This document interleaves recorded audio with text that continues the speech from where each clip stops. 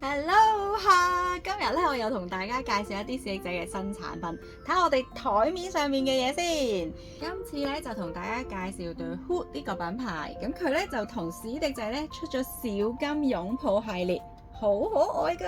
我哋嚟睇下佢個 iPad 套先。咁首先個 iPad 套咧，呢邊咧就係用軟膠嘅。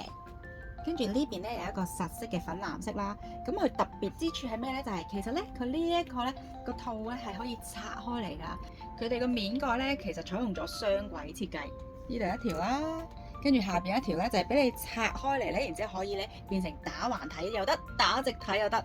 然之後呢度咧仲可以攝翻佢支筆啦。如果攝落去咧仲有吸磁嘅功能嘅，所以咧佢係可以叉到電㗎。我哋繼續嚟睇下佢嘅手機殼設計先。咁首先呢一款咧就係一個氣墊防摔嘅手機殼，見到側邊咧你會見到咧好似一個氣墊咁嘅 feel 嘅。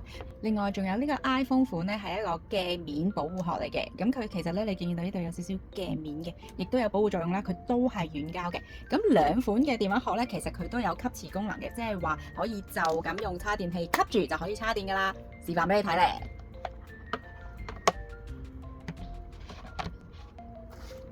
再嚟咧，梗係介紹佢嘅超薄磁吸充電器啦。大家望一望先，其實佢只有8.8mm，即係1cm 都唔夠咁薄，所以係超輕身，得110g嘅啫。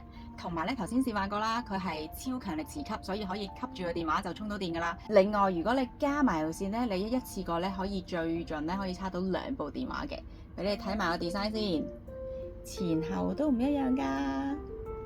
呢個系列咧，仲有一個 AirPods 嘅保護殼啦，咁佢就連埋呢一個扣環俾你，咁就可以隨時帶出街啦。另外咧，仲有呢款鏡面多功能快速充電線，包括可以有做數據傳輸啦，同埋就係 PD 快速充電啦。佢咧 total 有4個唔同嘅插頭啦，我拎出嚟俾大家睇下先。